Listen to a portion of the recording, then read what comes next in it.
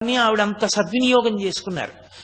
రమణుల దగ్గర కూర్చోవడం, ఆధ్యాత్మిక గ్రంథాలు చదువుకుంటూ ఉండడం, ఆయన ఏది మాట్లాడినా అంత జాగ్రత్తగా వినడం, దాన్నంతటినీ కూడా లేఖగా వ్రాయడం.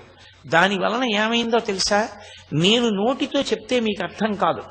మీరు నిజంగా రమణాశ్రమ లేఖలు పుస్తకం చదవండి. ఇక్కడ ఉన్న వాళ్ళలో చాలా మంది చదివి ఉన్నారు అని నేను అనుకుంటున్నాను. ఈ ముందున్న వాళ్ళలో ఎవరైనా చదివారా రమణాశ్రమ లేఖలు? రమణాశ్రమ లేఖలు పుస్తకాన్ని మీరు చదివితే అసలు మీరు ఒక రకమైనటువంటి అద్భుతమైన వాతావరణంలోకి ప్రవేశిస్తారు. రమణాశ్రమ లేఖలు చదువుతున్నప్పుడు ఆవిడ ఎంత అద్భుతమైన రచన చేశారంటే, మీరు కొంతకాలం భగవాన్ రమణులతో కలిసి ఉంటారు. ఆయన గోశాలలోకి ప్రవేశించడం, ఆయన ఆ హాల్లోకి ప్రవేశించడం, ఆయన సోఫాలో కూర్చోవడం, ఆయనని